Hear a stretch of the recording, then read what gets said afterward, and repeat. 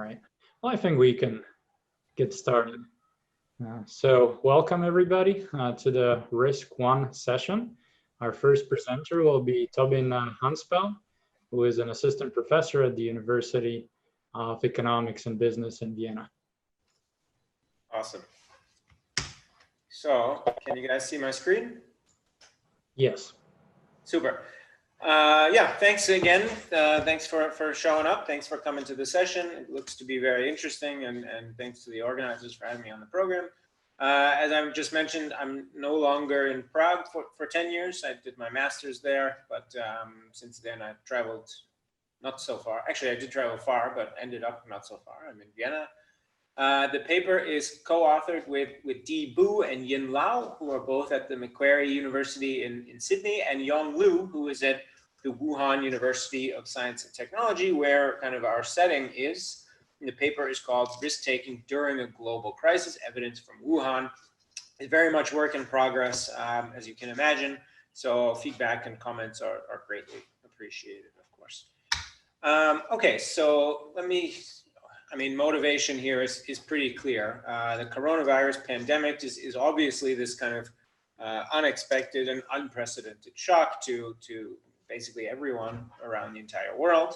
And kind of what we want to do is understand a little bit how individuals and households perceive the shock and how they may or may not update their actual expectations and ultimately their behavior, because this is kind of important for how we can determine if the policy responses that have already been put forward or things that are being planned are actually appropriate.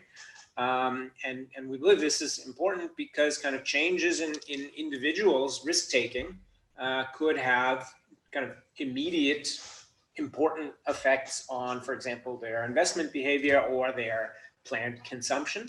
And secondly, the intensity or exposure to such a shock like the coronavirus pandemic is likely to vary pretty considerably depending on how you're affected, which may have a differential impact on kind of future economic choices and outcomes, which is what we really find important. So what we do in this study is examine how individuals' tolerance for risk may be affected due to their differential exposure to the coronavirus pandemic. Let me briefly talk about how this kind of fits to the literature. There's a large set of papers that look at how experiences, and particularly formative experiences, may affect risk-taking. We probably all are familiar with Malmendier and Nagel. I also have another paper that looks at kind of differences in how people are exposed to different types of shocks during the financial crisis. And we show that this has kind of a differential effect on future investment behavior and risk-taking. There's also a series of papers that look at risk-taking, mainly experimentally, after different types of natural disasters and trauma. And here, I think the results are rather mixed. A number of studies show an increase in risk aversion, and a number show kind of a decrease in risk aversion. So that's kind of interesting, to say the least. And there's a number of existing papers, and also a couple recent ones about how beliefs about your own mortality or your kind of mortality risk may affect your economic choices. What I think we know pretty little about actually is how preferences or beliefs about risk may change acutely. So how do they actually evolve during an experience or a crisis itself? And that's kind of what we hope to study here. And so our research question is, how does risk tolerance evolve from normal times, so to say, to really the peak of a worldwide health crisis? And yeah, I mean, we can debate on when the actual peak is, but in our setting, the peak in Wuhan is basically right when we administer a survey. And how does kind of heterogeneity in these experiences and exposure affect kind of measures of risk? And how do kind of optimism and beliefs about the economy evolve during such a time period? Okay, so I'm just going to go over the main findings and then kind of walk you through some of the detail. But in general, we find that individuals with a higher exposure to the pandemic, measured based on actually where they live and where the the coronavirus is a higher risk, more strongly reduced their plans for risk taking, so that they're kind of future risk taking. And they also decrease substantially financial measures of risk taking via a hypothetical lottery. What happens is after kind of the pandemic seems to dissipate, at least locally in Wuhan, the financial risk taking seems to rebound. About future plans about taking risk do not. We find that higher exposure to the pandemic leads the subjects in our sample to become more pessimistic about their own outcomes and kind of their ability to have luck. And what we find is general preferences for risk are actually quite stable over time. In general, we find that these closely experienced shocks during a crisis itself seem to acutely affect risk-taking, and what we argue is this is at least partially through a channel of beliefs and expectations rather than kind of these general preferences for risk, which may be more innate. Okay, so let me tell you about the setting. We conducted an original first wave of a survey with graduate students at the Wuhan University of Science and Technology in October. So this is weeks before any reports of the coronavirus existing, particularly in Wuhan, and that really started kind of early to mid-December of 2019. That was the very kind of first report. Our survey was obviously unrelated to coronavirus at the time. This was about kind of risk-taking and individual beliefs about luck. So this was just happened kind of by chance. In Wuhan, the semester break at the university began on January 11th, and this is again slightly before the coronavirus pandemic, or surely it's before it was a pandemic, but even before it was a thing, even in China. So students that were at the university were allowed to return home to various parts of China as normal on January 11th. However, just 2 weeks later, or 10 days later, the province of Hubei, where Wuhan was located, was essentially blocked off, and quarantine conditions began to take hold. By February 15th, Wuhan was really approaching its peak with almost 60,000 reported cases, which today sounds like nothing. But if you think back to February 15th, Wuhan was really the only place in the world where this was happening, and it was 60,000 reported cases in a few weeks was definitely a much bigger deal than it might be today in places like the US, for example. So towards the end of February, we administered a follow-up survey to the same group of subjects, and these subjects were now at home, so this was kind of done online. The first wave was pencil and paper, and we retained about almost 90% of the subjects, and we followed up with a third wave online, again to the same group of subjects, mid-April. And actually we have a fourth wave in market right now. So the first, just to clarify a bit, survey 1 takes place in Wuhan among 260 student subjects or graduate student subjects. Waves 2 and 3 were distributed via WeChat, so kind of like an online WhatsApp type setting in China. From all subjects, when they filled them out via WeChat or online, we capture their geo coordinates, so we know kind of where they're located across China at the time. And this gives us kind of two sources of variation.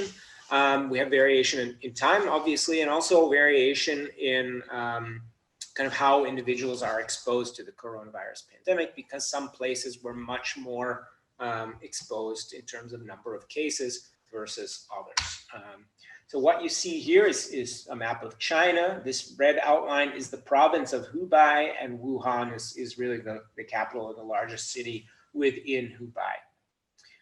And this just plots the cumulative infections and deaths for Hubei versus all other provinces in China. And this dashed line is when we ran our second wave of the survey. Our first wave is kind of way back here in October. But as you see in kind of end of February, this was really the peak within Wuhan, and kind of other provinces were very significantly lower in terms of their experience or exposure to the coronavirus crisis. I think, just to save time, I'm not going to go through all the details of how we collected the data, but what I will say is that we collaborated with cohort supervisors at the university. And what this kind of does is it gives us a benefit of a very high response rate, because students are kind of doing these surveys, kind of alongside their other study programs. So this is quite good. So our survey basically included demographic information, general questions on willingness to take risk from Falk et al. And a series of papers that experimentally validate these survey questions. We also asked a number of questions about beliefs and luck, and these are mainly taken from the psychological literature, and some questions on kind of how you would rank yourselves in terms of performance of investments and sense of control, and kind of other questions related to luck behavior. In wave 2, we followed up with the same set of questions in wave 1. We also added a kind of a lottery allocation task, generalized measures of trust, and questions more related to the pandemic in general. In wave 3, the important thing to note from wave 3 was that actually this was done in April 19th to the 24th, was essentially 2 weeks or so after the reopening of Wuhan. So the city and the county of Hubei was no longer under quarantine conditions, and much of the coronavirus pandemic locally had actually dissipated. So this kind of gives us a sense of how our measures may change from different quarantine conditions. So the empirical approach is really simple. We have 2 sets of data. Some is cross-sectional and some is this kind of panel dimension. What we do is we're just going to measure we want to understand how our measures vary based on where people are located. So either in the province of Hubei itself, or within the province of Hubei and in the city of Wuhan. So, and then the baseline will be provinces outside in other regions of China. And then we also are interested in how these measures evolve over time. So we're just going to interact these location dummies with survey wave dummies. Okay, so the first thing we want to look at is basically subjective beliefs about exposure. So these are kind of pooled pooled data from waves 2 and 3. Obviously, we didn't measure anything about cases before the coronavirus pandemic even existed. But what we find is that individuals who are located in Wuhan, relative to, for example, other provinces in China, have they state that there's a higher probability of having confirmed cases of the coronavirus in the community where you live, which we should expect. There's also a higher rate of cases within their family and friends. Individuals in Wuhan report they are more likely to become infected with coronavirus or COVID-19. And this is kind of a statistically meaningful amount. What we do see is this kind of quickly reduces in wave 3 after the province of Hubei is opened up again. And in general, these individuals also show a higher fear of the pandemic, which again dissipates from wave 2 to wave 3. Okay, so now I'm going to talk about some of our kind of main results about how these different fears and these different types of exposure may influence risk-taking. Our kind of main result is this measure about planned risk-taking. So how much risk do you plan to take within the next year? And we find in kind of October, so pre-coronavirus, between the 3 kind of definitions of where people are located, there's no statistical difference. As the coronavirus kind of begins, our second wave and wave 3, everyone reduces significantly their planned risk taking for the following year. However, those in Wuhan even more so than those in other provinces. And this kind of really actually stays lower even in April after the opening of the province. When we look at risk taking from a survey allocation, so a hypothetical allocation to risk, basically how would you allocate $1,000 basically to a risk-free account or to an account which has some upside and some loss potential. We find that individuals in Wuhan during the coronavirus allocate much less to the risky option relative to the risk-free option. However, this kind of really rebounds after the province of Hubei is opened up, whereas for other subjects it's quite constant over time. And then what I think is rather interesting is we also asked this general preference for risk question, again motivated by Falk and others. But this measure is remarkably stable, I would say, over time and based on exposure. So in general, how willing are you to take risk is something which doesn't seem to evolve dramatically over this kind of, let's say, wild time period. So in general, planned risk-taking is low and remains low, particularly for those who are more exposed to the coronavirus. Financial risk-taking via this hypothetical lottery seems to rebound for those who are more exposed, and general preferences for risk seem to be more stable over time.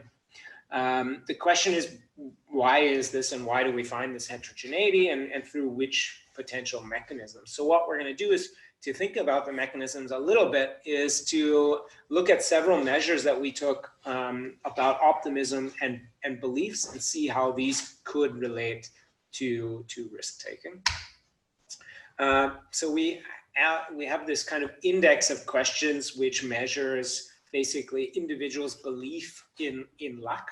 And what we find is, again, pre-crisis or pre-corona, these are statistically indistinguishable between groups. But as the coronavirus evolves or begins, those who are more expected really decrease their beliefs in luck or in their own luck, which we kind of label as optimism.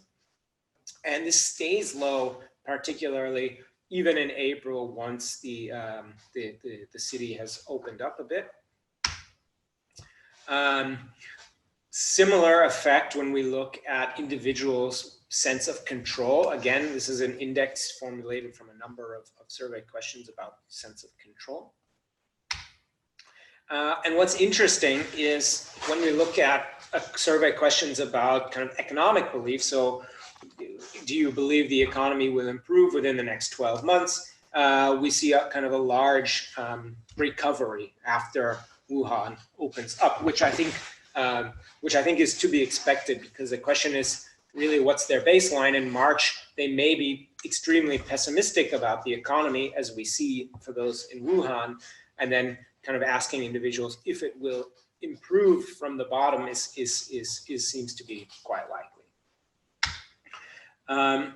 Actually, so when we look at how the change in economic expectations affects the change in financial risk-taking, the hypothetical risk-taking, we see at least a little bit of evidence that there seems to be this kind of large correlation between those who are in Wuhan, who believe the economy will improve, are also the ones who increase their allocation to the hypothetical lottery test. So there seems to be this link here. So in general, what we think is happening is that this kind of time varying risk aversion or risk taking from a financial setting may be linked to beliefs about the economy, whereas the heterogeneity in planned risk taking seems to potentially be linked to beliefs about yourself, and general preferences for risk are in general stable. So I rushed through a bunch of things, and there's a lot of things we're still working on and haven't even been included in the paper, but there's a number of concerns and kind of other things to think about when looking at such a study. So we measure people's exposure based on their location, and it's also quite known that people in China use VPNs and kind of could easily simulate where they are. What's nice about our setting is that we have this paper and pen version, so we know where people not only are potentially located, but where they come from, so we can kind of match and confirm on that. And actually the fourth wave, which is in market right now, is actually, again, pen and paper, because all students in Wuhan are back at the university. So this will be interesting to look at. We're in the process of doing a lot of heterogeneity to see if different types of constraints or socioeconomic status could be driving the effect. In general, we don't find this to be the case. We find really that people whose parents are laborers and parents whose are business people or work for the government react quite similarly. We're doing some work to kind of show that individuals from Wuhan relative to other provinces are quite similar, at least in observable characteristics. And because we measured this via cohorts, we have this opportunity to do some tests here. And then, of course, the kind of elephant in the room is that this is survey based, and individuals are paid a nominal small fee. So the question comes to incentive compatibility. What I would say here is there's a number of studies that show that kind of hypothetical versus paid paid tests or tasks are similar in nature. This is probably the wrong place to have that conversation. But also what I would say is that since students are kind of part of this classroom, I think there is at least an incentive to answer somewhat truthfully and to at least pay attention. So it's not that these are these online tests where people are kind of racing through to collect their $5 or something like that. So let me conclude. I'm probably out of time. So what we do in the paper is we use this kind of repeated measure of risk-taking and beliefs from subjects who are located directly in Wuhan, China, potentially ground zero for the coronavirus pandemic. And our measures kind of span from pre-crisis to the peak to the quote-unquote recovery of the coronavirus crisis in Wuhan. We find that exposure strongly affects planned risk-taking and not so much for general measures of risk appetites. Financial risk-taking seems to rebound dramatically with the expectations of the economy. However, these kind of planned risk-taking channel seems not to. And we think what's going on here is that short to medium-term risk-taking may be more influenced by individual beliefs compared to general preferences for risk. So thanks very much. Happy to answer any questions or thoughts that you guys have. Thank you, Tobin. We have time for a couple of questions. So please feel free to ask. And you can just unmute yourselves if you have a question. Maybe I'll start. Do you notice a difference between, I guess, the cross-sectional and the panel results? And for how many individuals do you actually have panel data? So we have a panel for everyone. The question is for which questions, right? So okay. We obviously didn't ask about fear related to the coronavirus before the coronavirus. So, and we didn't have the hypothetical financial kind of risky allocation question in October either. So, but we have these general measures for risk, and we have these kind of planned risk-taking in the following 1 year at each point in time for all of the 255 subjects or something like that. Do you try individual fixed effects at all? Good question. We've done some to see if there's kind of observable characteristics driving the effect. I don't think that I don't recall anything different from that inclusion. Okay. But I haven't actually touched the data for a couple of weeks, so I could be wrong. Okay. Are there any other questions?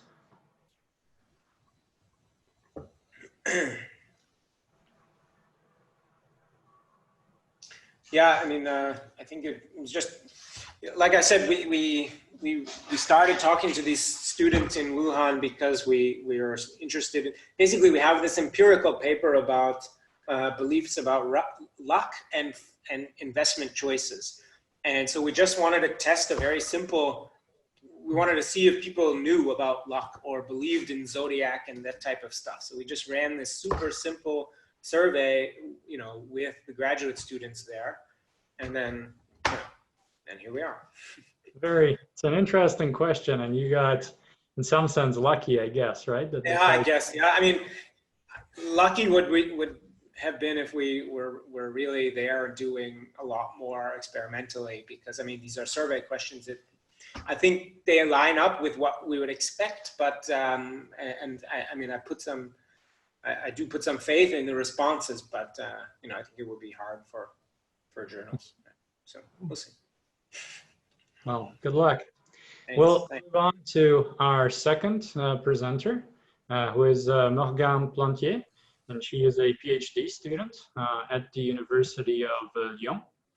And Morgane will present to us work on individual trade-offs between insurance and self-protection and experimental study. Morgane, you Okay, thank you. I will share my screen.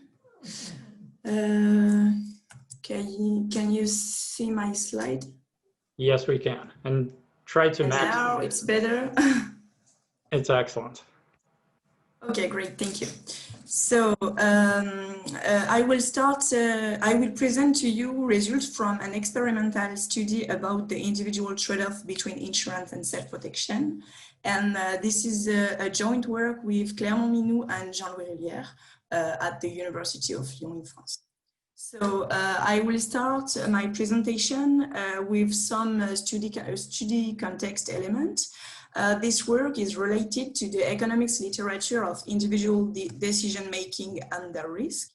In this general context, we are specifically interested in the analysis of individual behavior when two risk management tools coexist, insurance and preventive activities. So on one hand, insurance markets refer to the risk management tools that consist in the transfer of the financial risk to the insurer.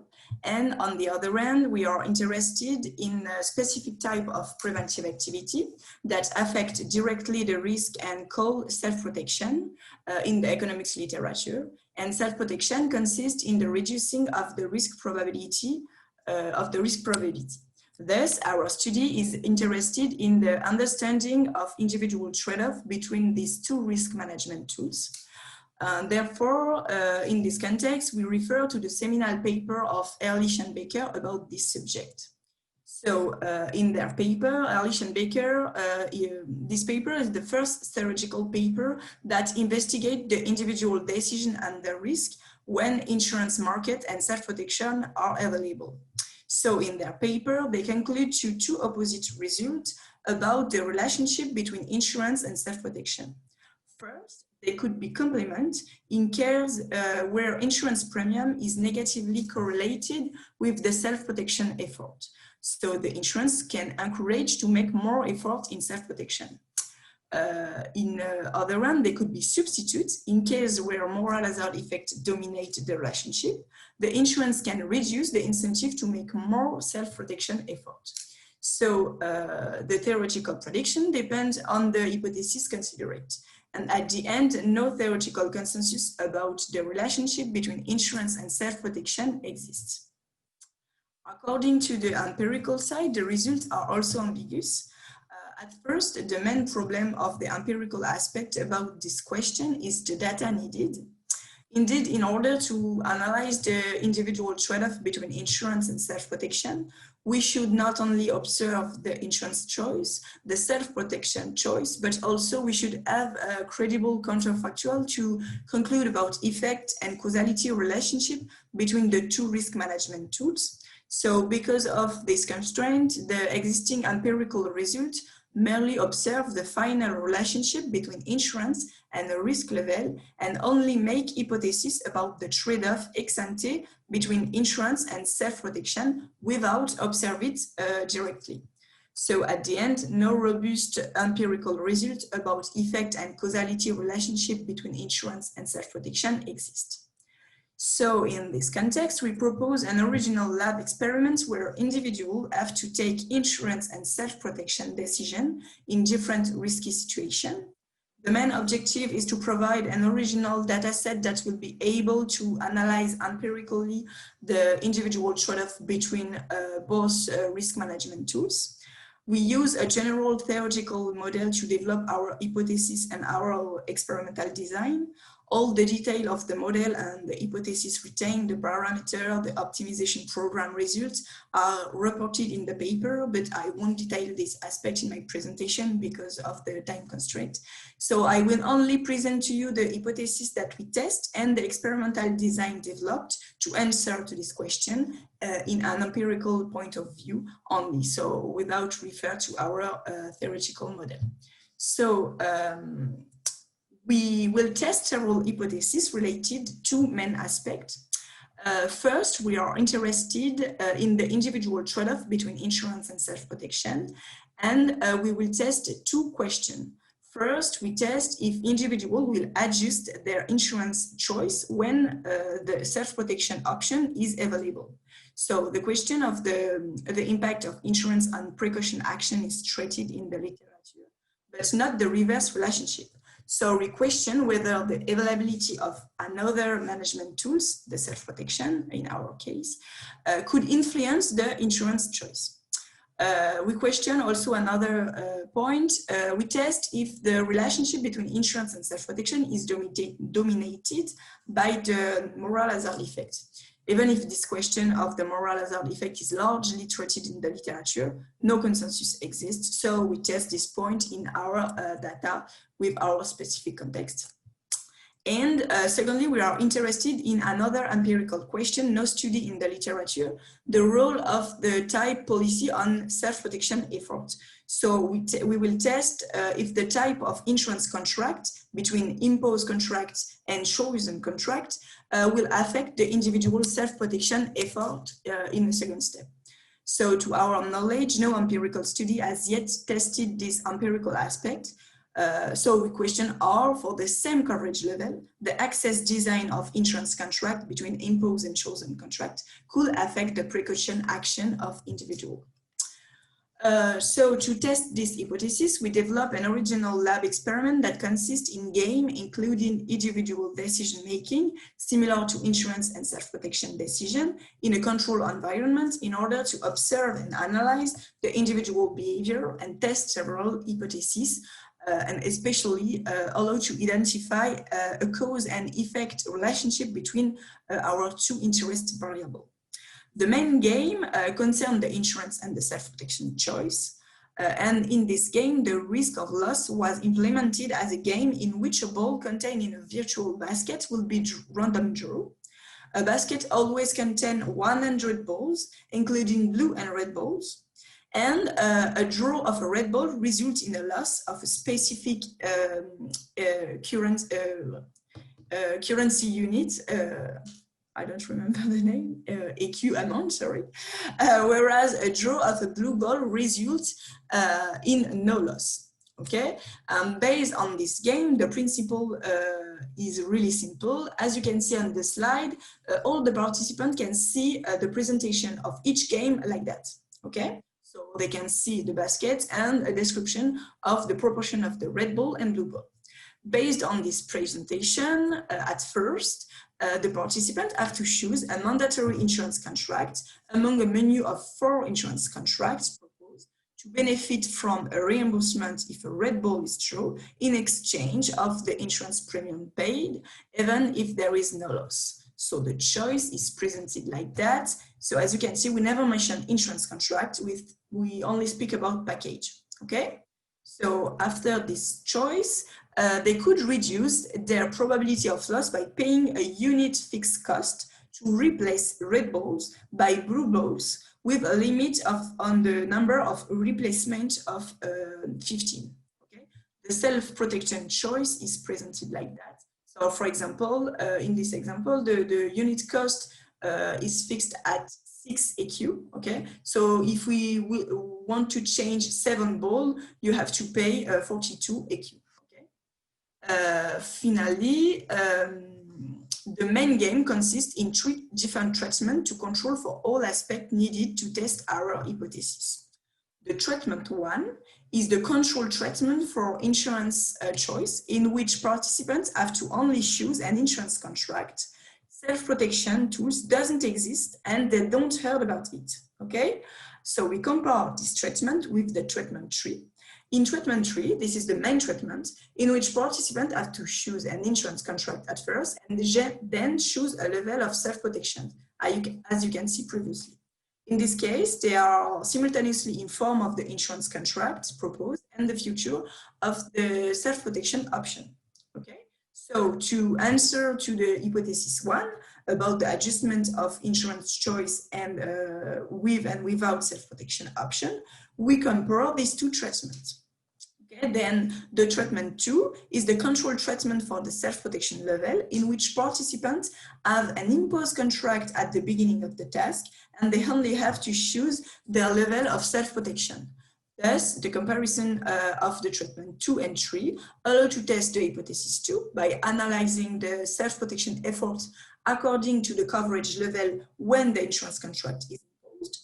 And the comparison between these both treatments allow to answer to the hypothesis 3 about the impact of the contract type between imposed and chosen contracts. Finally, 123 subjects participate in the experiment. The subjects are students from the University of Lyon 1, and all the participants split between the 2 treatments as reported here in the table. So now concerning the results, we start with a quick overview of the individual choice in terms of insurance and self-protection investment. First, regarding to the analysis of individual insurance choice, this figure summarizes the experiment participant insurance decision in panel of the 2 treatments where they had to choose an insurance contract, treatment 1 and treatment 3. We observe that both extreme contracts are the more often chosen by the participant, the less and the more comprehensive contracts, year and year. And the contract, so the contract with 19% coverage level, so here, has been chosen in more than 30% of the cases, and the contract with 40% coverage level here in almost 25%. Now about the self-protection option. At first, this figure reports for each level of self-protection effort the number of time as proportion. Each level of effort was chosen in treatments where self-protection was available, so treatment 2 and 3. The self-protection choice seemed to be highly structured around the 2 extreme values, 0 and 15, and globally participants choose an average effort level of 5.9. So based on the individual decision observed here, we now test our different hypotheses. First, to investigate the hypothesis 1 about the adjustment of individual insurance choice according to the availability of self-protection option, we examine whether there is a differences of individual insurance choice between the treatment with and without, so without here and with here, the option of self-protection. Okay, the non-parametric statistical tests reveal a significant difference between the 2 treatments in terms of insurance choice when we compare the frequencies. The figures show that the main difference concerns the choice of the contract with 40% coverage level, so here and here. Individuals prefer more often this contract where they can invest in precaution action in second step. Okay, to complete this descriptive result, we perform some econometrics analysis. We perform several econometrics models to estimate the probability to choose each type of coverage level according to the presence of self-protection option. We control for other risky situation parameter as risk probability level, loss side, loading factor, and for individual characteristics as gender and individual preferences. We measure a risk aversion coefficient in our experimental study by using the standard test of Holt-Lowry. Thus, we control our regression by the individual risk aversion coefficient. So we perform our regression on the two treatments where insurance contracts are chosen by the participants, so treatment 1 and 3. And estimate results seems to reveal an impact of the self-protection option. The probability to choose the less comprehensive contract is higher when the self-protection option exists. So in other words, when individuals know that they will be able to invest in self-protection to reduce their risk probability, they tend to prefer a less advantageous insurance contract in terms of coverage level and with a lower premium to pay. So now, to better understand this behavior, we analyzed the self-protection effort. At first, to start, we test the presence of moral hazard effects based on the control treatment, the treatment 2.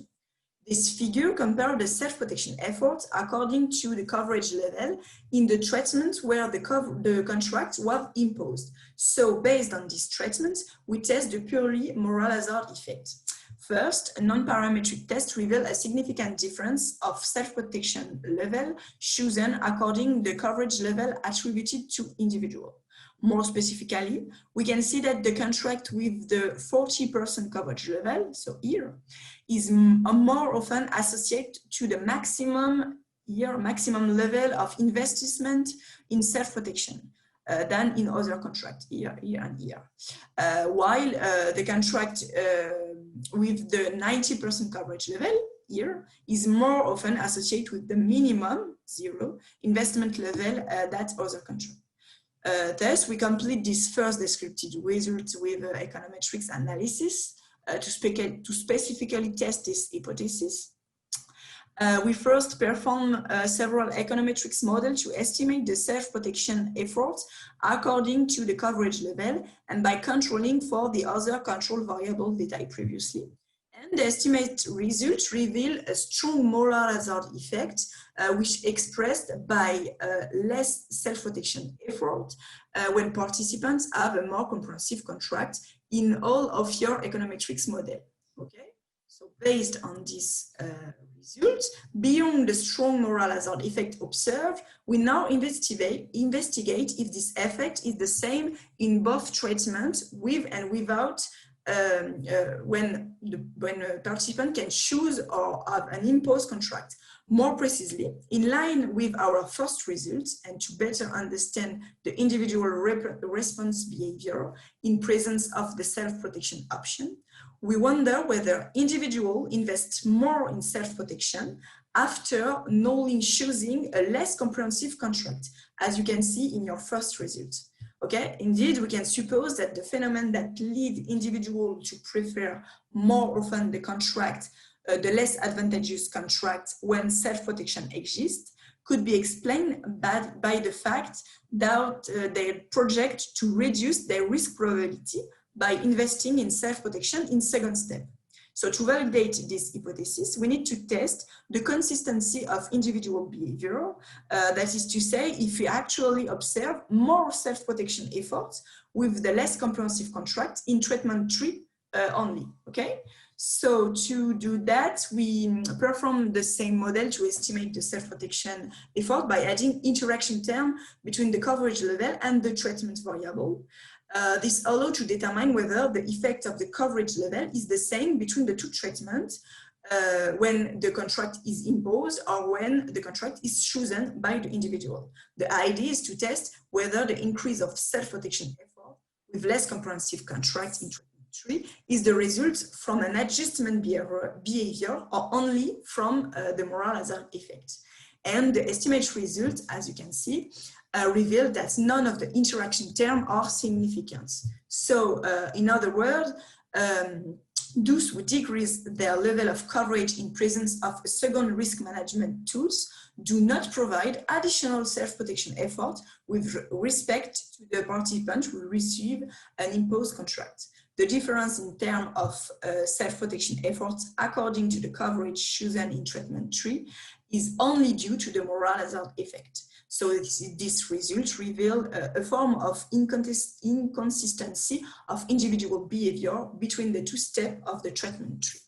So lastly, beyond the individual trade-off between insurance and self-protection, our experiment allows us to test the role of another interesting element, the type of insurance contract.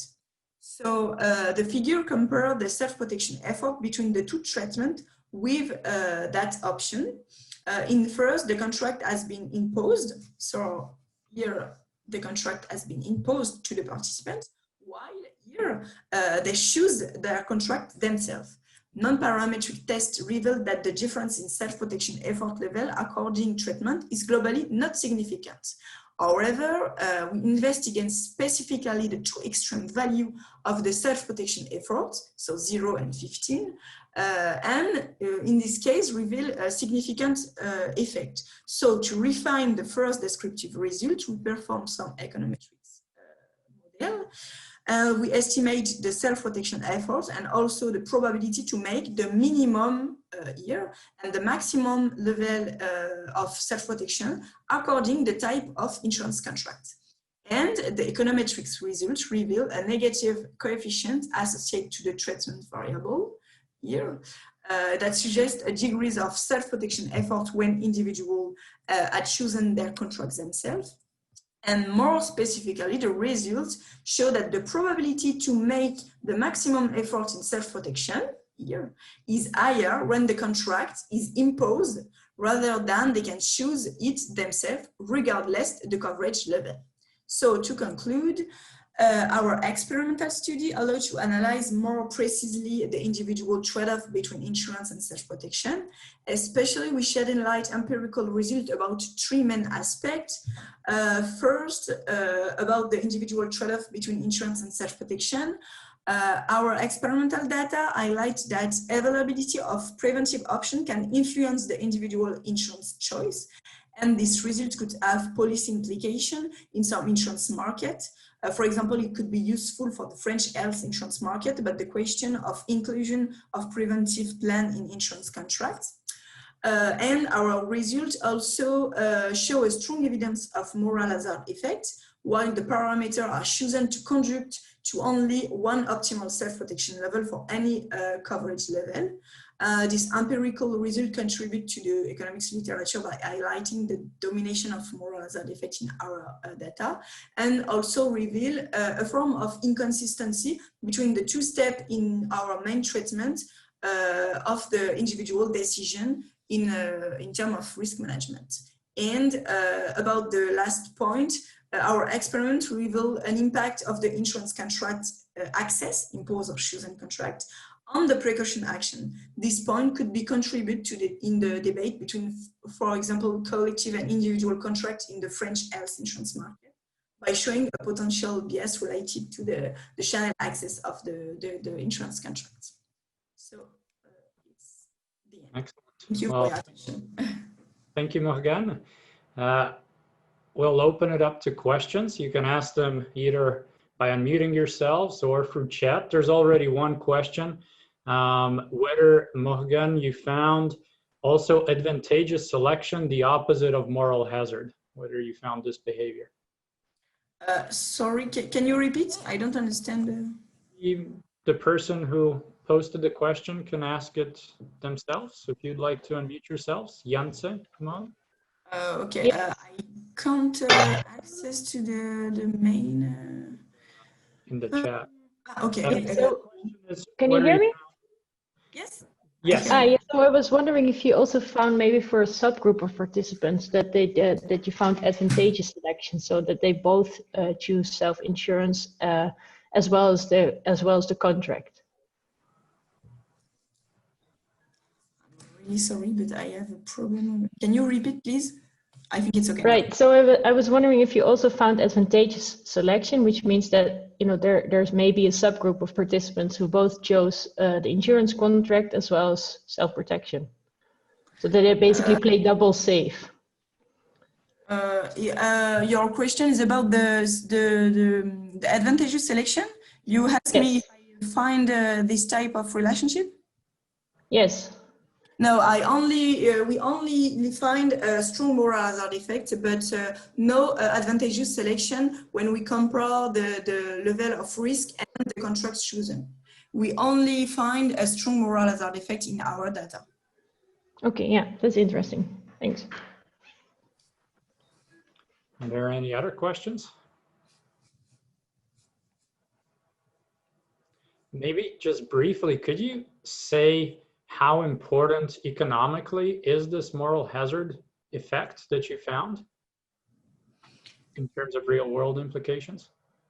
I think it's the hypothesis less important for policy implication, maybe because it's just maybe a theoretical contribution to test if in our data we observe or not moral hazard effect, because I think in our lab context it's complicated to project especially this type of result, to project this hypothesis and result in a real world. So I don't know if we can use beyond the theoretical contribution this result. Thank you. Any other questions? Maybe we have time for one more. Somebody wants to ask? If not, we'll go on to our third presenter, who is Svenja Hippel, who is a postdoc at the University of Würzburg. And Svenja will be presenting on the disappearance of cyclical choices, an experimental test of intransitive theories for choice under risk. And the floor is yours. You have 20 minutes. Thank you. So you can see my screen? Yes. Perfect. Okay.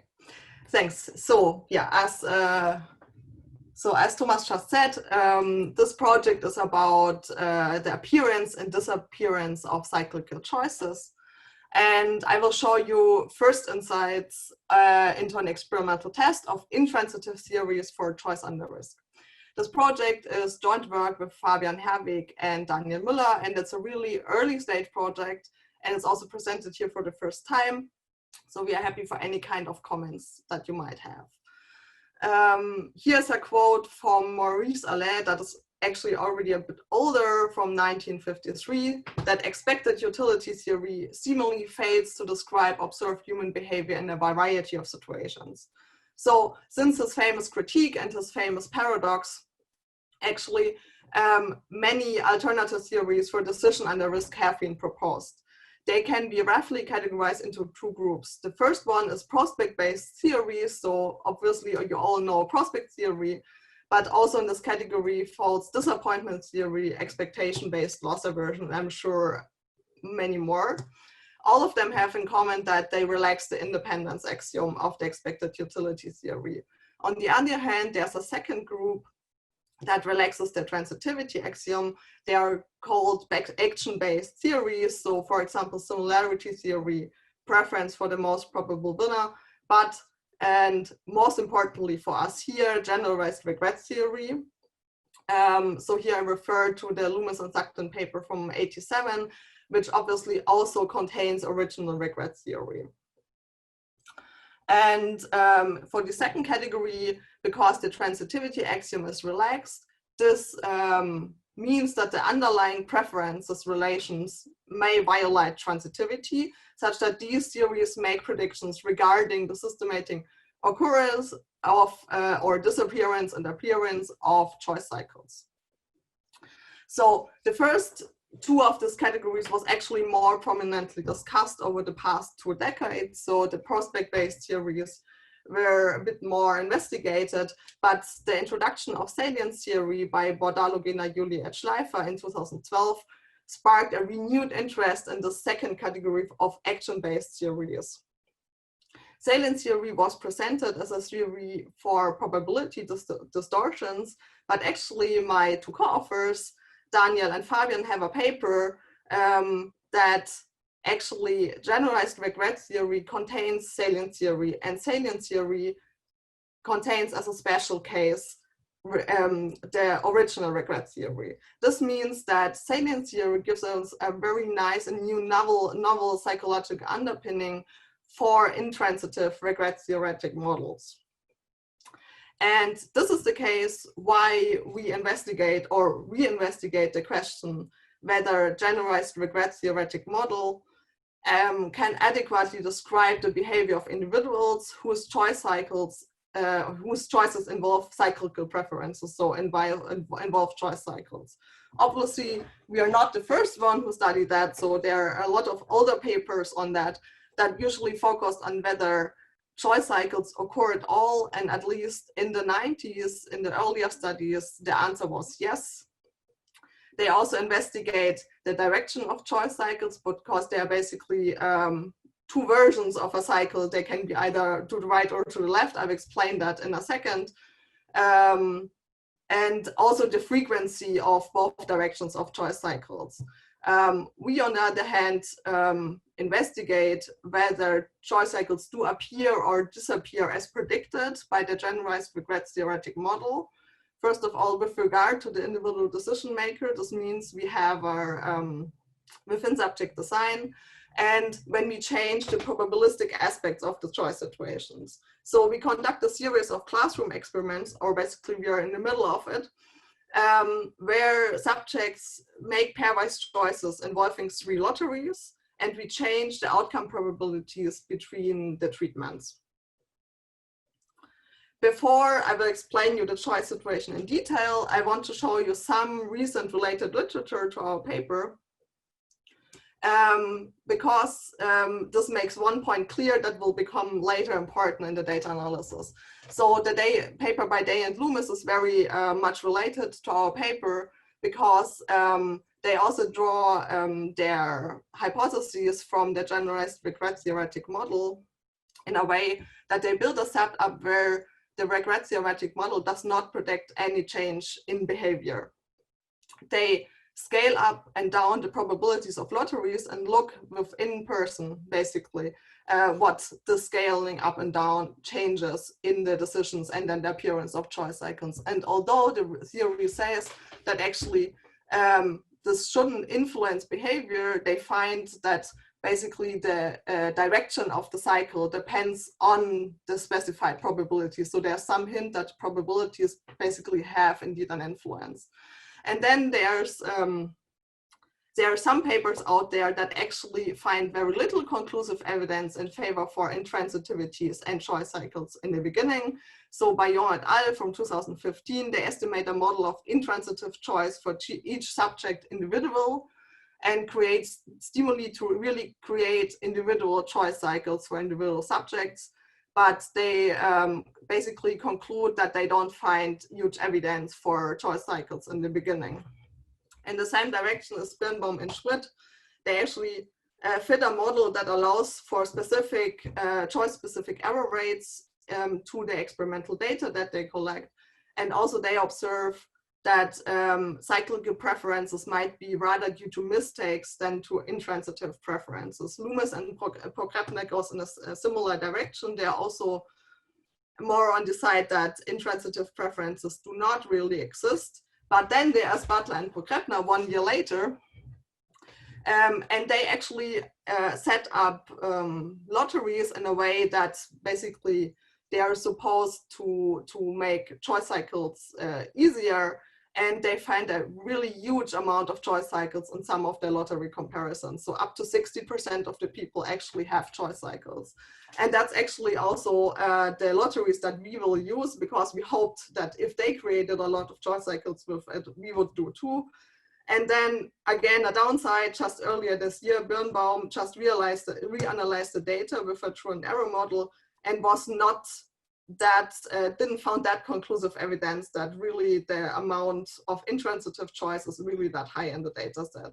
So what I want to say with that is, indeed, the discussion whether there are really intransitive preferences or they're more just mistakes is not really clear so far. So it's an ongoing debate.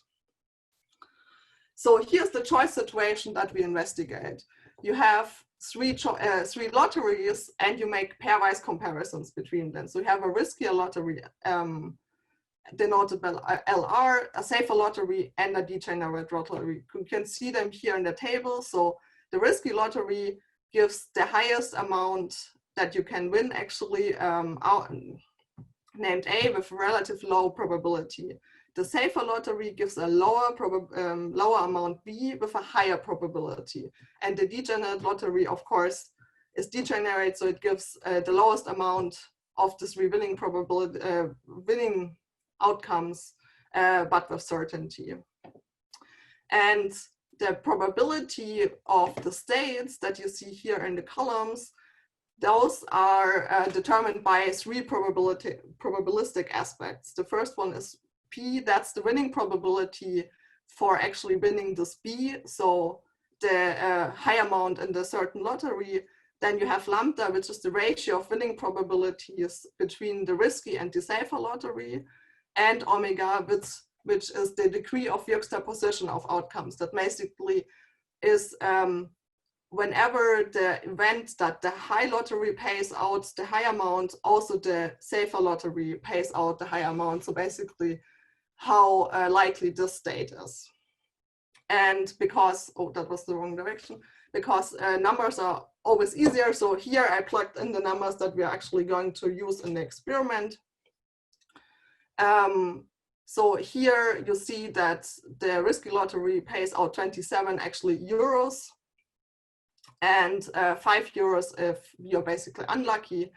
The safer lottery has an highest amount of 15, and you get 10 euros if you choose the degenerate amount, the degenerate lottery for sure. And then concerning the probabilistic aspects, we fix the P to 2 or 3 for the whole experiment, and only vary the lambda and vary the omega. So we always have 3 treatments if people are in the lambda treatment, and 3 treatments if people are basically in the omega experiment, but I will come to this. So now, how do you get a choice cycle over this? So you basically make 3 pairwise choices between risky and safer, risky and degenerate, and safer and degenerate. And what can happen then is basically, you know that from your Micro 1 class, that if you, for example, prefer the safer amount to the risky amount, the riskier to the degenerate or degenerate lottery, and the degenerate lottery to the safer one, you have, I call it left cycle. Obviously it depends on how you write it down, but I need to give it a name. And on the other hand, you have the right cycle, where basically if you prefer the riskier lottery to the safer one and the safer one to the degenerate, you can create a right cycle.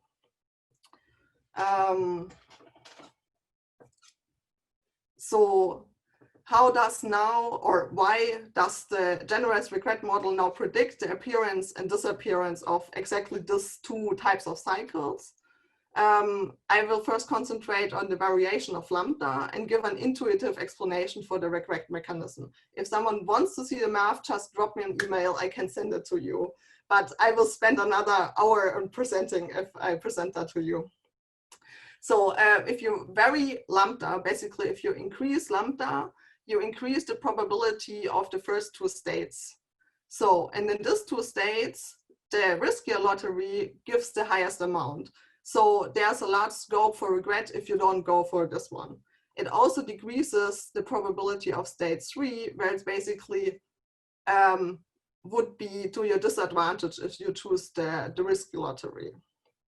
This means that an increase in lambda has the possibility to have an influence and to reverse the preference between the risky lottery and the safer lottery, or the riskier and the degenerate lottery, because basically you just have an influence here. The decrease of lambda has exactly the opposite effect by the same reasoning, but the comparison of the safer and the degenerate lottery is not affected.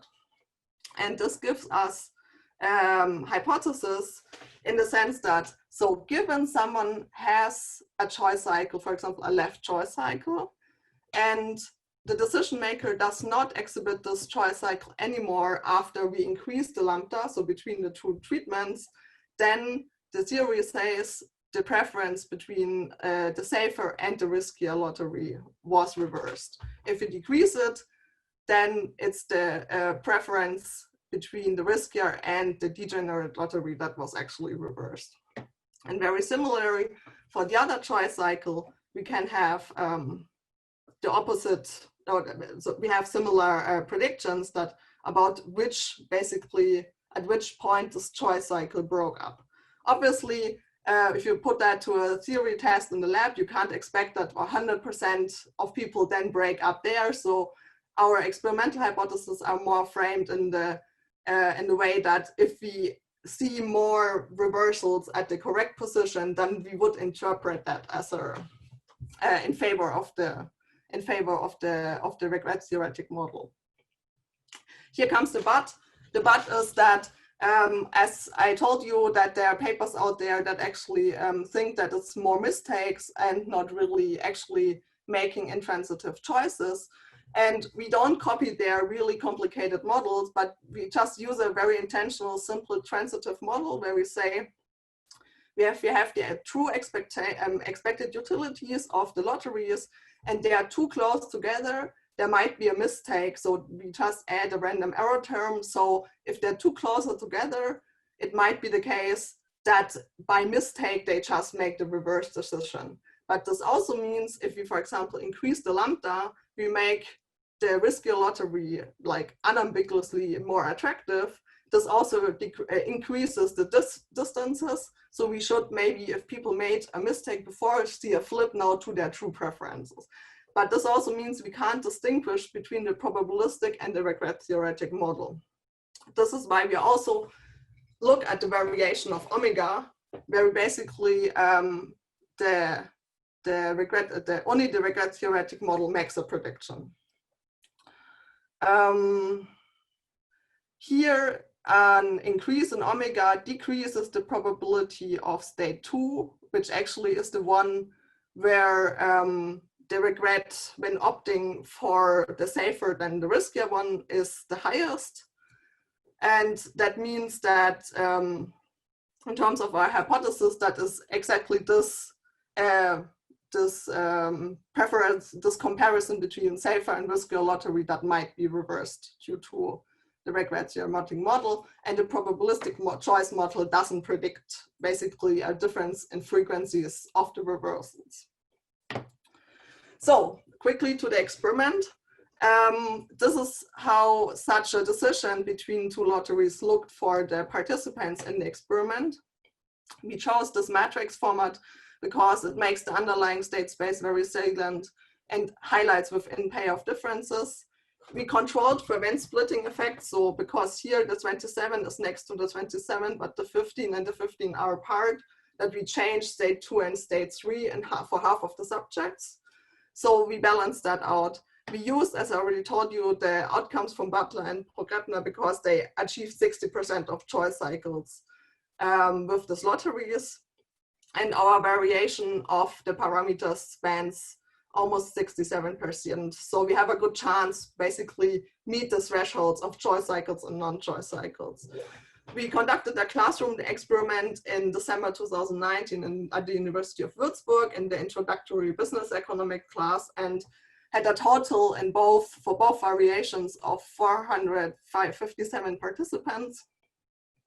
They got a booklet with 16 pairwise choices of this kind that you see here. 9 are relevant because it's always 3 for one choice cycle and 3 treatments for every participant, either with the lambda or the omega variation. We had some filler tasks and quasi-randomized them such that not two similar lotteries are next to each other. We paid out actually 10% of our participants directly after the experiment. So that was a huge thing because some of them got actually the 27 euros. And here you can see basically the probabilities for the states that occurred in this number of tickets. So they got a ticket number in the end to determine the state of the lottery, whether they won or did not won. So this is basically the numbers that they saw in the experiment here in this upper line. Concerning the results, so we only found 22% of subjects to exhibit at least one choice cycle to begin with. So our numbers are far from 60%, and most of them have exactly one. So we basically, all of them broke up between the treatments. But because we split them up to left cycle and right cycle to test the hypothesis, and also we have a pretty low number in the beginning, on average, we only have 7.6% of choice cycles per treatment. This means we need more data. This means we need to wait until the Corona crisis is over and our students come back. But to just quickly show you some suggestive evidence, so I always highlighted the reversal that's actually predicted by the theory, and you see that here the reversals that are relevant for the lambda increase and here for the lambda decrease are actually in line with the theory. The same is here for the second hypothesis of the lambda. It's also in line with theory, but here, as you remember, you can't distinguish to the stochastic probabilistic model. And if you go to the second experiment, we have about the same. We have a bit more choice cycles and a bit more subjects that exhibit choice cycles, but it's on average the same. But here results look much less good. So it's, in both cases, this one would be the one that should be actually appear as the only one if regret theoretic model would hold. So we are actually not that convinced in the end that the regret theoretic model does make very good predictions for the appearance and disappearance of choice cycles. Thank you. Thank you, Svenja. Any questions? We have a couple of minutes. Again, you can ask either by muting yourselves or by writing into the chat.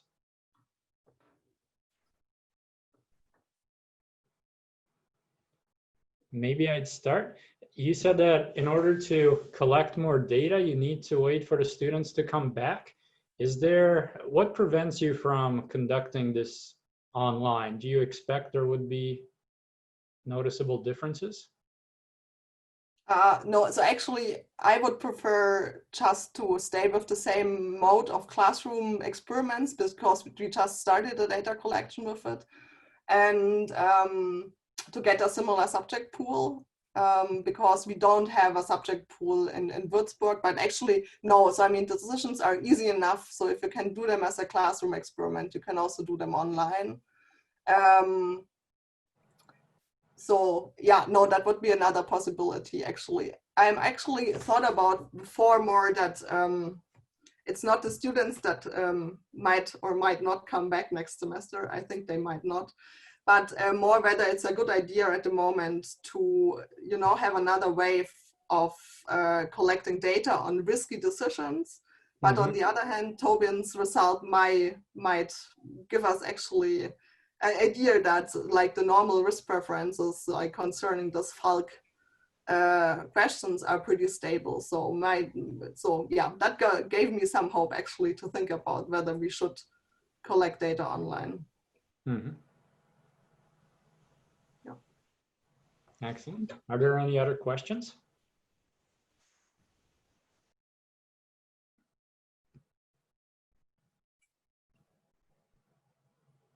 Again, you can ask by chat or by unmuting yourselves. Okay. If there are no further questions, then I will start as the last presenter.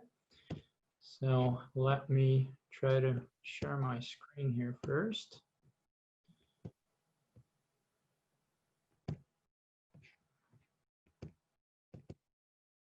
Okay. Is this visible? All right, I see some nods. Okay, good. So my name is Tomáš Jagelka. I'm presenting to you today a paper with my co-author Christian Belzil on separating true preferences from noise and endogenous efforts. And I'm a postdoc at the University of Bonn. The main question, which we try to answer here, is whether modeling the decision to exert effort can help us evaluate the noise content of commonly used experimental task designs for eliciting risk preferences and to debias estimates. In so doing, we contribute to a number of strands of the literature. The first one is the literature concerned with estimating economic primitives, which are predictive of outcomes. Here, I'm thinking notably of economic preferences and specifically risk preference, aligned with the theme of our session today. We also contribute to the growing literature on separating signal from noise in observed decisions, and to the more broader literature on behavioral and attention, summarized by Gabay 2019, which includes the concepts of rational inattention, rational imprecision, and limited attention. To this end, we use the data on a representative sample of over 1,200 Canadian high school seniors. It comes from the Millennium Foundation field experiment on education financing. Each student made choices on 55 incentivized choice tasks designed to elicit risk preferences. And crucially, for what we're doing here, these tasks came in 2 different designs, which were thus far used interchangeably to a large extent in the previous literature. The first is 30 tasks of the HL design, popularized by Holt and Laurie in 2002. And then there are 25 tasks of the binarized OLS design, due originally to Binswanger in 1980, popularized by Ekla and Grossman, and used in this binarized form by Engel, Varnick, Escobar, and Laszlo, for example, in 2006. Here's an example of the HL design. As you can see, individuals are making choices, binary choices, between a safer lottery on the left and a riskier lottery on the right. Now, these tasks come in groups. This is an example of the first, second, and last task from a group of 10 tasks. And there's a couple of things that I would like to highlight here, a couple of features which I think make the HL design particularly intuitive and rather an effortless setting for eliciting risk preferences. You might notice that there are some simple choices here for most individuals. Notably, in the first task, the expected value of the safer lottery on the left is actually higher than the expected value of the riskier lottery on the right. This means that only risk-seeking individuals should be choosing the lottery on the right. Once you go to the last question, you can see that the lottery on the right becomes degenerate and dominates the lottery on the left, as it offers a higher payment with 100% probability. Now, what's happening in between is that the probability of receiving the higher payment on either lottery is increasing, which increases the attractiveness of the riskier option, the relative attractiveness compared to the safe option. And individuals, therefore, for the most part, would be expected to start safe and then be gently nudged, so to speak, to the point where the risk preference would make them switch from the safer lottery to the riskier lottery. Now, it has been documented previously, and we replicate this finding, that there is a degree of choice inconsistency observed on repeated tasks, even in simple experimental settings such as ours, which cannot be explained simply by the variation in task parameters alone. Here, I'll show you one possible measure of choice inconsistency using our data. It's reversals, and what I mean by reversal is take a group of tasks like what I presented, assume that an individual starts with the safe option, he switches to the riskier option once it becomes sufficiently attractive to him, and then goes back to the safer option, even though the riskier option became even more attractive, staying within the same group of tasks. Now, this is, I would argue, an example of quite strong choice inconsistency, and you can see that over 2/3 of individuals in our population exhibit such choice reversals. Now, the mean and median individual make approximately 2 reversals. However, there is a long tail here. So a significant number of individuals make quite a few reversals. Now, the interesting thing is, once you dig deeper, and this motivates the rest of the paper, is that you'll notice that most of these reversals are concentrated on the second design, the OLS design. Now, you might ask yourselves the question, what makes the second design different? As I said, they were used largely interchangeably in the previous literature. And as you can see here in this example, they look quite similar. Here you can see an example of the first free tasks of a group of 5 on one of the multiple price lists or groups of the OLS design. Now, what I'd like to point out here, and you may notice, is that the features which I highlighted as making the HL design particularly intuitive are missing here. Notably, there are no easy options, so there are no safer lotteries, which also have a higher expected value, and there are no dominated options. Furthermore, while there is a progression in the attractiveness and the relative attractiveness of the riskier option as you go down a set of tasks in a particular group here, this progression, I would argue, is much less visible, much less clearly visible, at least. Even for me, to be sure, I had to do some calculations to see that the attractiveness of the riskier option is actually decreasing here. And this, I would argue, is increasing the per task effort required for an individual to make a choice which is in line with his latent risk preference. Now I'd like to go to a very simple framework which we present in a paper in a forthcoming book chapter with Jim Heckman and Tim Kautz, where we argue that any observed decision, even on experimental tasks or even on survey questions, is really the result of, reflects the performance on a task, and is therefore a result of a combination of preferences, skills, and notably efforts, which in turn depends on incentives.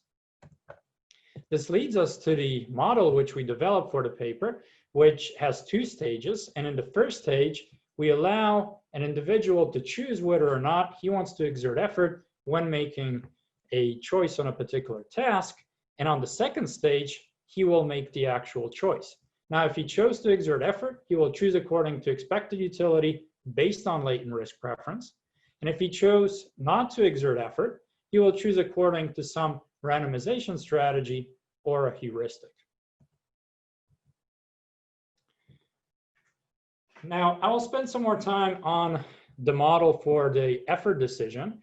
We will assume that when individual I comes to a task, L, he will glean the information, first of all, which is readily and effortlessly available to him. This information, notably, will pertain to the perceived costs and benefits of exerting effort on that task.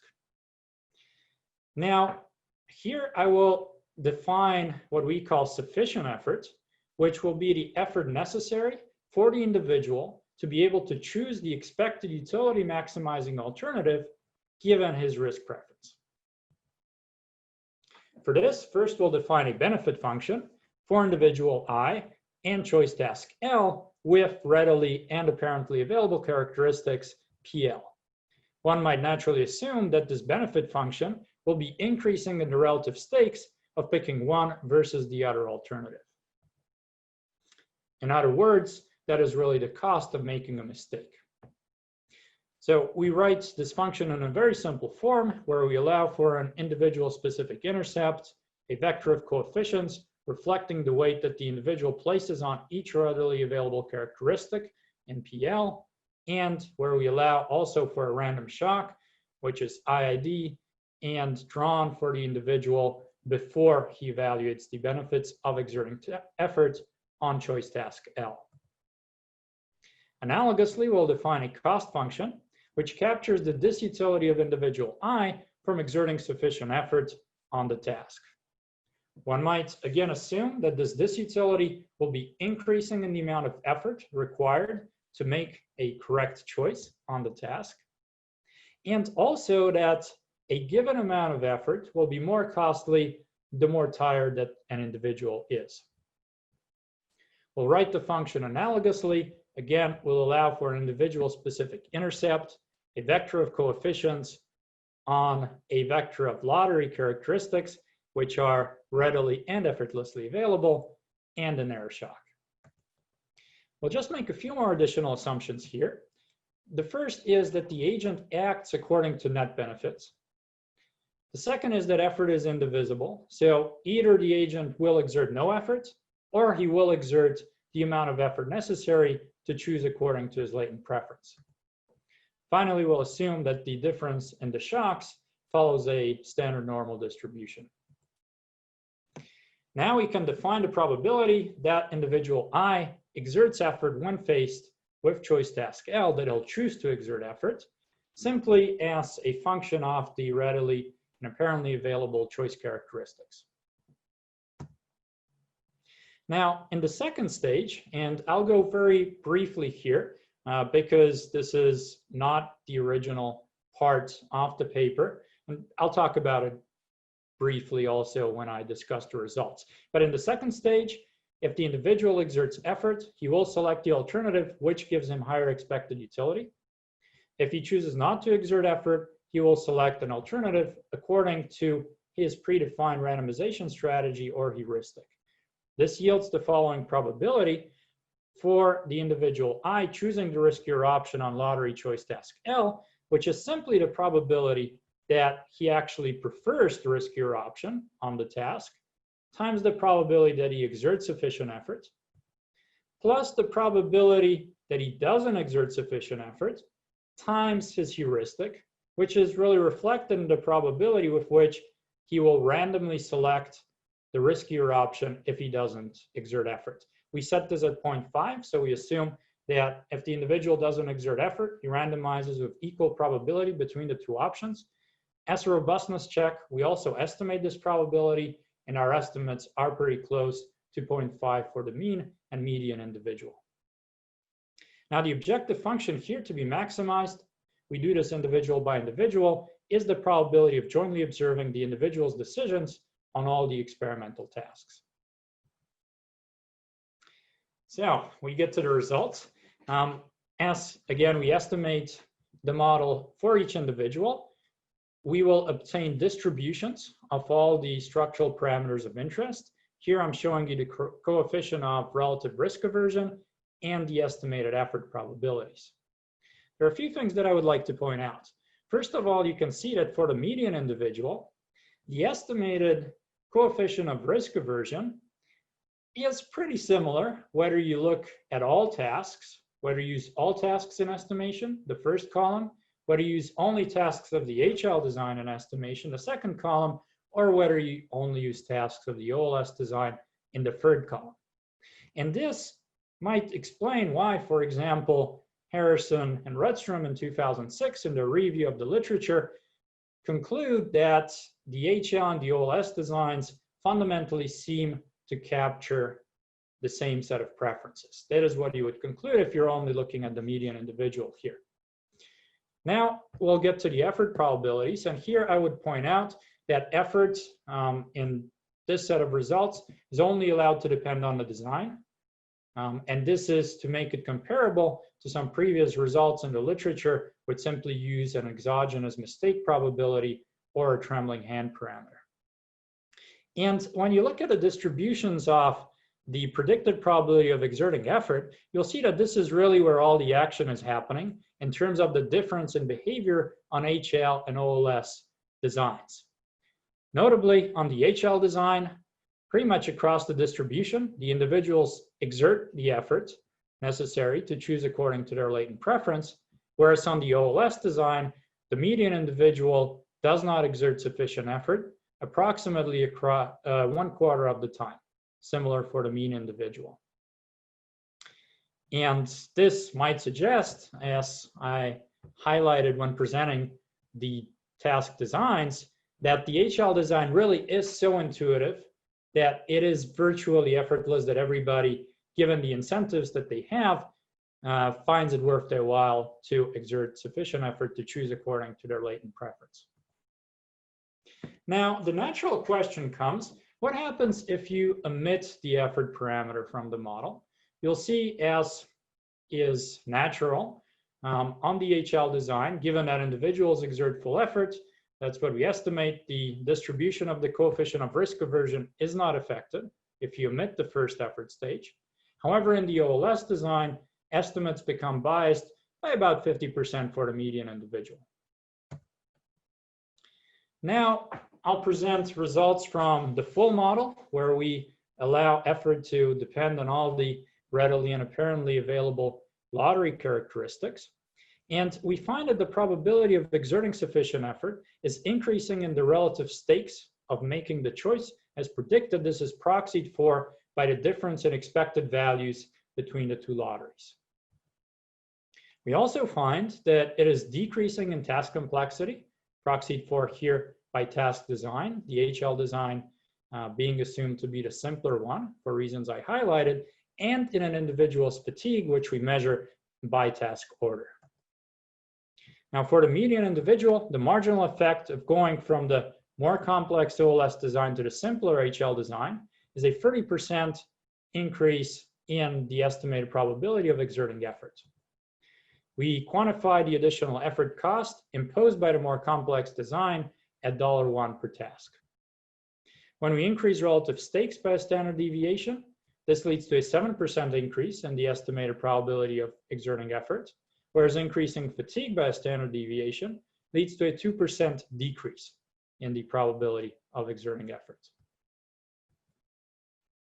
Now, I'll go back to the second stage, and the way traditionally randomness has been incorporated into models of decision-making to accommodate the observed inconsistencies was simply by adding an error term to the utility model. Now, in the random utility model with additive error terms, which was used pretty much exclusively in past research, the error term is appended to the difference in expected utilities of the two lotteries.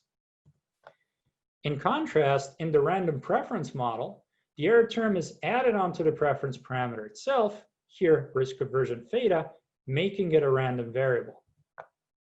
Now, Apostego and Ballister in a recent JPE article show that the additive random utility model applied to standard utility functions such as CRA, which we use here, and CARA, does not satisfy basic theoretical conditions which one would want in a model, a convincing model at least, for risk aversion.